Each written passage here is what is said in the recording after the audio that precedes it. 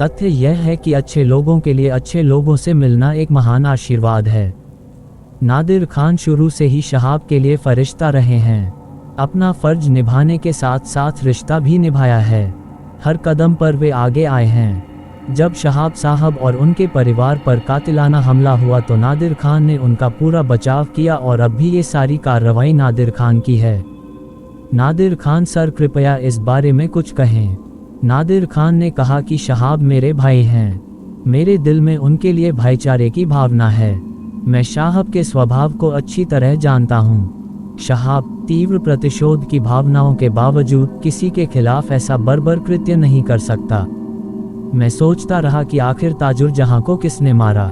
मौत तो उसे आनी ही थी, लेकिन मुझे डर था कि कहीं मेरी हिरासत में उसे मार न दिया जाए, और यह कोई मुश्किल काम नहीं था, जिसका प्रदर्शन आपने कोर्ट रूम में देखा होगा। लेकिन इस बार दुश्मन ने कुछ और ही सोचा था। इसलिए नईमा नाम की एक दासी को ताजुर जहां को मारने के लिए राजी किया गया। उसके बच्चे को पकड़ लिया गया और ताजुर जहां को मारने के लिए मजबूर किया गया। मेरा दिमाग घूम रहा था कि कैसे सही समय निर्धारित किया गया और इसके लिए हत्यारे को चुना गया। फिर जब साहब ने दरवाज़ा खोलने वाली नौकरानी का जिक्र किया तो मेरे दिमाग से गुत्थी सुलझ गई। मैंने साहब को मना किया कि वह थानेदार को नौकरानी का जिक्र न करे और उसके बाद मैंने नौकरानी की तलाश शुरू कर दी। मैं भाग्यशाली था कि मुझे पड़ोस में एक महिला मिली जिसे नईमा ने अपने बच्चे के बारे में अपनी आंसू भरी कहानी सुनाई थी। मैं अभी वहां पहुंचा और नौकरानी को अपने कब्जे में ले लिया। जब मैंने उससे उसके व्यक्तित्व के बारे में पूछा तो वह आतंक से कांप उठी। मुझे लगा कि अगर मैंने उसे और धक्का दिया तो उसे कहीं चोट नहीं लगेगी। मैं उसे किसी भी कीमत पर अदालत में लाना चाहता था, इसलिए मैंने उसे ज़्यादा फोर्स नहीं किया और सिर्फ इतना कहा कि मैं उसका बच्चा वापस कर दूंगा। इस पर वह कोर्ट में पेश होने को तैयार हो गई और आखिरकार नादिर खान ने सावधानीपूर्वक वाक्य को अधूरा छोड़ दिया। पता नहीं उसका बच्चा कहाँ होगा और अब उसका क्या होगा। ताया अबू ने उदास स्वर में कहा, मैं अपने प्रयासों से पीछे नहीं हटूंगा। देखते हैं अब क्या होगा। अब तक आप वाकई दुश्मन के मंसूबों को नाकाम करते रहे हैं। ईश्वर आपको बुरी नज़र से बचाए। एक बात मेरे दिल में आई है जिसे कहे बिना मैं रह नहीं सकता। एक तरह से आपकी निजी दुश्मनी हो गई है। अपने घर और अपनी बेगम का ख्याल रखना। नादिर खान ने सोच समझकर सिर हिलाया और फिर अचानक नादिर खान ने कहा कि मैं आपको कुछ दिखाता हूँ। हम सब उसके प्रति आकर्षित थे। नादिर खान ने अपनी जेब से एक कागज़ का टुकड़ा निकाला और हम सब के सामने खोल दिया। मैं कूद गया। मैंने इन बालों को पहचाना जो किसी जानवर के बाल लग रहे थे, और ये बाल पहले पापा के शरीर के पास पाए गए थे, फिर चांद खान के शरीर पर, फिर चौधरी इरफान के शरीर पर, और जिसका रहस्य अभी तक अज्ञात हो सकता था। अचानक मुझे याद आया कि जज के उठने के बाद नादिर खान ने नौकरानी के शरीर से कुछ उठाया था और उसे एक कागज़ में रख दिया था। वह बात मेरे दिमाग से गायब नहीं हुई। मैंने कहा, जल्दी, क्या तुमने ये बाल उस जगह से उठाए थे जहां नौकरानी की मौत हुई थी? हाँ, नादिर खान ने कहा। क्या है इस बालों का राज? दूसरे एसएचओ ने दिलचस्पी से पूछा तो जहीर हुसैन ने उन्हें पूरी जानकारी दी। एसएचओ ने सोच समझकर कहा, तब आप एक बहुत ही दुर्जय शत्रु के खिलाफ हैं। अल्लाह तुम्हारी सहायता करे। अगली सुबह कैसर खान ने हमेशा की तरह चाय पर मेरा स्वागत किया। वह बेहद गंभीर नजर आ रहे थे। आपके पास अपना ताबीज है ना सर? मैंने कहा, हाँ कैसर खान। क्यों? मुर्शिद ने इसे एक और ताबीज दिया है, छोटी बीबी साहिबा के गले में डालने के लिए। क्या दानिया के गले में है?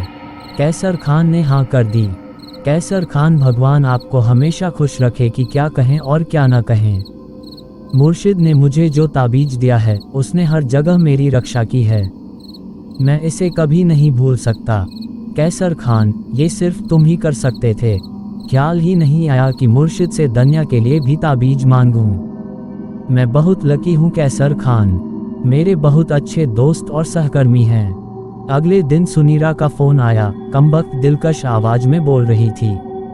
शिहाब, मैं सुनीरा बोल रही हूँ। मेरे द्वारा आपकी प्रतीक्षा की जा रही है। मैंने पूछा, कहाँ हो? उसने कहा, मैं तुम्हारे घर से ज़्यादा दूर नहीं हूँ। आप चाहें तो पैदल आ सकते हैं, मैं कार में हूँ, क्या मेरी प्रतीक्षा की जाएगी? मैंने कहा था, सुनीरा जिंदगी भर आपका इंतजार करेगी। मैंने जल्दी से अपने कपड़े बदले और उसके बाद घर से निकल गया। सुनीरा की खूबसूरत स्पोर्ट्स कार ज्यादा दूर नहीं थी। सुनीरा ड्राइविंग सीट पर खुद बैठी हुई थी और बेहद आकर्षक लग रही थी। मैं उसके बगल वाली सीट पर बैठ गया और उसने गाड़ी आगे बढ़ा दी। कहाँ जाए? उसने प्रश्न किया। सुनीरा, क्या मुझे ये बताना होगा? मैंने कहा। वो मुस्कुराई और फिर बोली, मैं बता नहीं सकती कि उस वक्त तुम्हारी जुबां पर अपना नाम सुनकर मुझे कितनी खुशी होती है। तुम मुझे सुनीरा बुलाओ और मैं तुम्हारे लिए सुनीरा बनूंगी। चलो किसी अच्छे रेस्टोरेंट में बैठते हैं और बातें करते हैं। काफी दूर चलने के बाद सुनीरा ने गाड़ी एक खूबसूरत रेस्टोरेंट के सामने रोकी और हम दोनों अंदर बैठ गए। उस समय इस बात का आभास भी नहीं हुआ था कि वह जीवित मनुष्य नहीं है।